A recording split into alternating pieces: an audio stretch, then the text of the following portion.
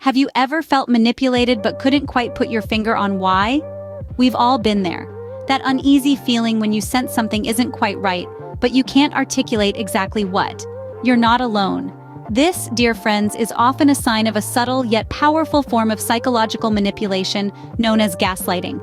Gaslighting is a tactic in which a person or entity, in order to gain more power, makes a victim question their reality.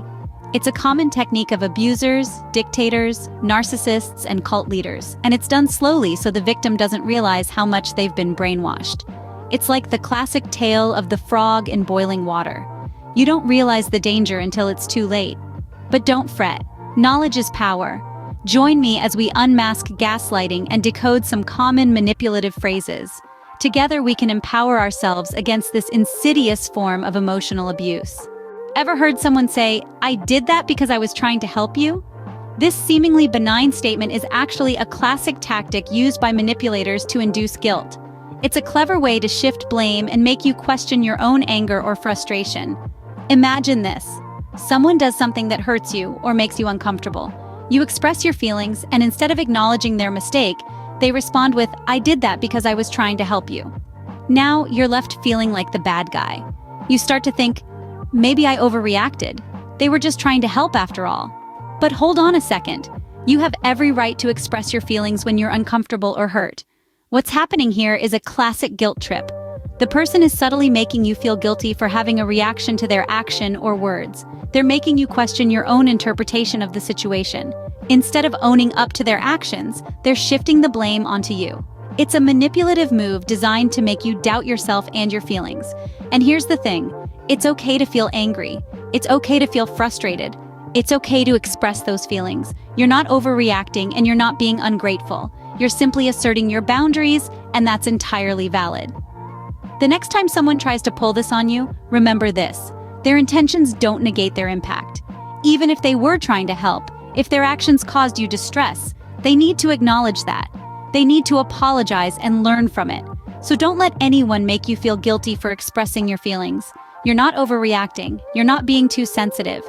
You're human, and your feelings are valid. When you start to feel that twinge of guilt, take a step back. Ask yourself, am I really the one at fault here? Or am I being manipulated into thinking so? Remember, no one has the right to make you feel guilty for expressing your feelings. You're too sensitive. Sound familiar? This phrase, seemingly innocuous, is a classic tool in the gaslighter's arsenal. Its purpose? To belittle your feelings, to make you feel small and insignificant, to make you question your emotional responses, and ultimately, to control you. When someone tells you, "You're too sensitive," they are effectively saying that your feelings, your reactions, your emotions are wrong. They are invalidating your experiences, dismissing your concerns, and reducing your worth. It's a subtle form of manipulation, a way to shift the blame from their actions to your reactions. Think about it. You express discomfort at a joke made at your expense, or you voice your hurt at a harsh comment, and the response you get is, "You're too sensitive." Suddenly, the focus is no longer on the hurtful comment or the offensive joke. It's on you. You are the problem. You are too sensitive, too emotional, too reactive. It's a masterful diversion, a sleight of hand that takes the spotlight off the offender and puts it on the offended.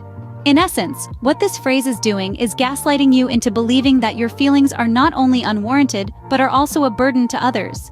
It's a way to make you feel guilty for having emotions, for responding to situations in a way that is natural and human. It's a way to make you suppress your feelings, to make you second-guess yourself every time you feel upset or hurt. But here's the truth. Your feelings are valid. Each one of them.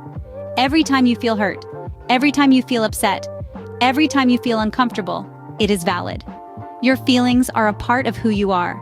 They are your responses to the world around you, and no one has the right to belittle them or make you feel guilty for having them.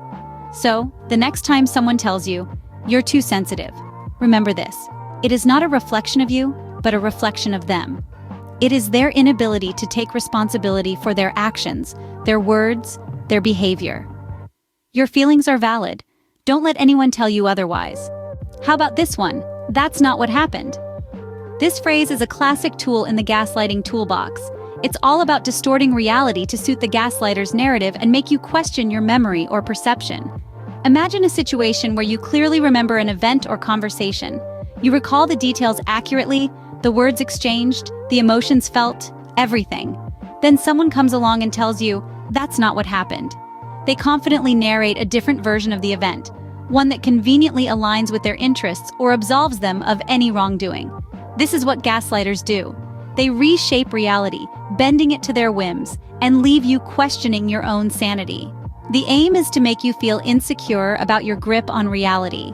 If they can make you doubt your memory, they can control your perception of events. In essence, a gaslighter can turn the tables and make you the unreliable one.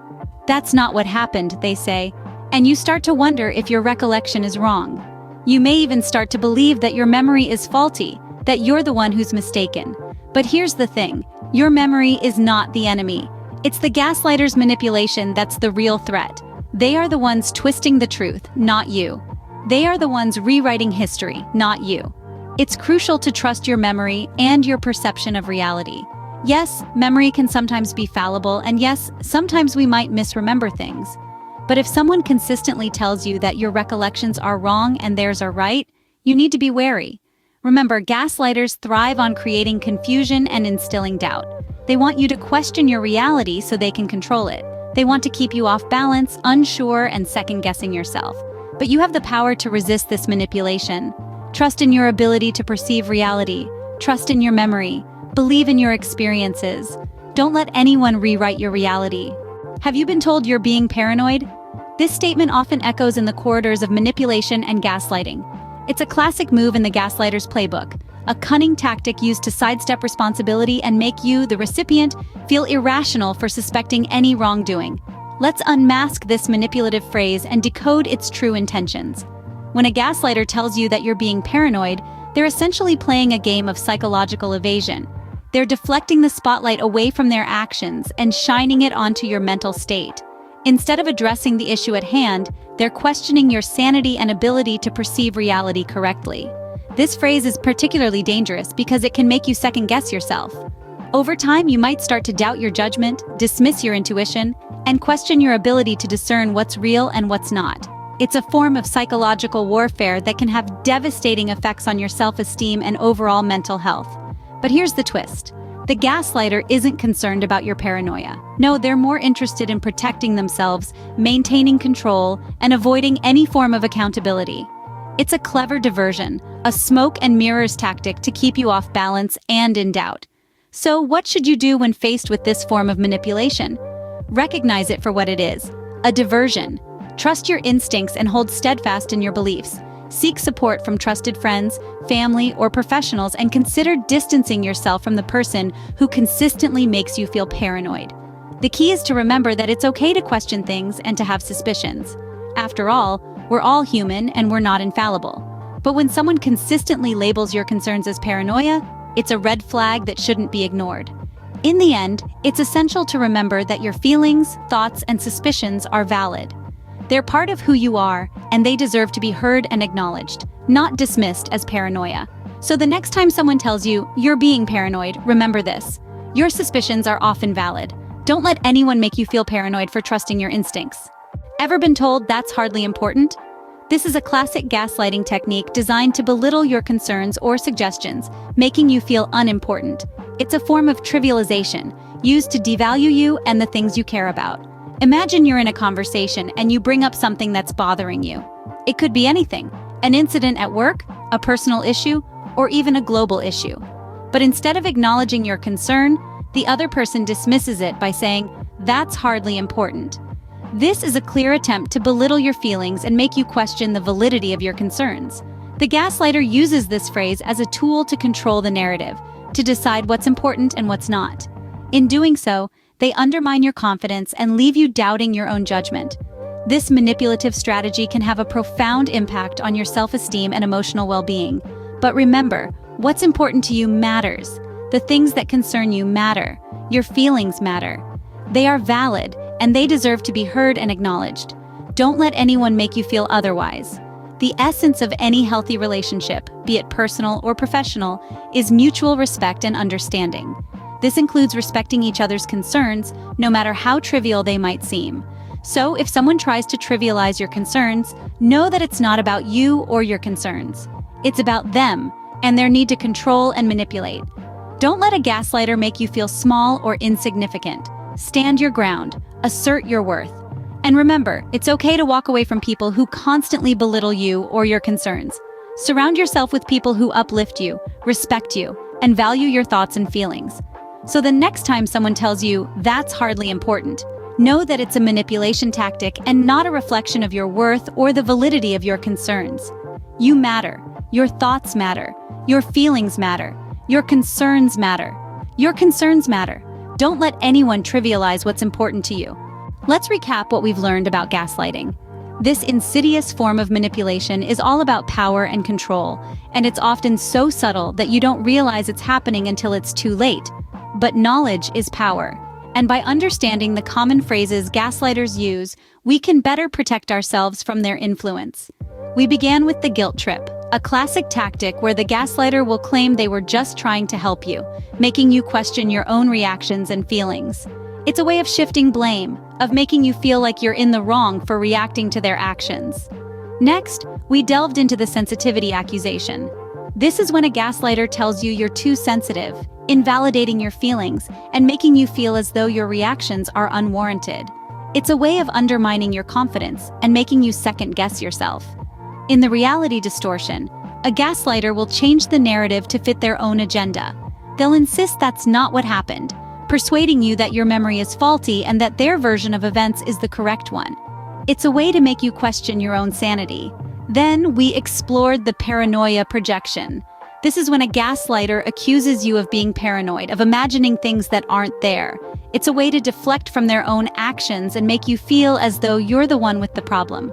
We also examined trivialization, where a gaslighter will dismiss your concerns as unimportant. They'll tell you it's not a big deal, belittling your feelings and making you feel as though your worries are unwarranted. So, how do we respond to gaslighting? First and foremost, trust yourself. If something doesn't feel right, it probably isn't. Don't let a gaslighter make you doubt your own instincts. Keep a record of conversations and events if you need to, something concrete that you can refer back to when your memory is being called into question. Secondly, set boundaries.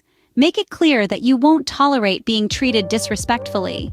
If the gaslighter continues to cross those boundaries, consider distancing yourself from them. Your mental and emotional health should always be your priority.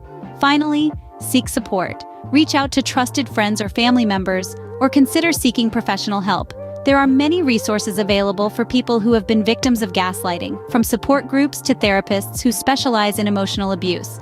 Remember, it's okay to stand up for yourself. It's okay to say no. And it's okay to walk away from a situation or a person that is causing you harm. You are not responsible for the actions of a gaslighter, and you have every right to protect yourself from their manipulation. In conclusion, understanding the common manipulative phrases used by gaslighters is a crucial step in recognizing and combating gaslighting.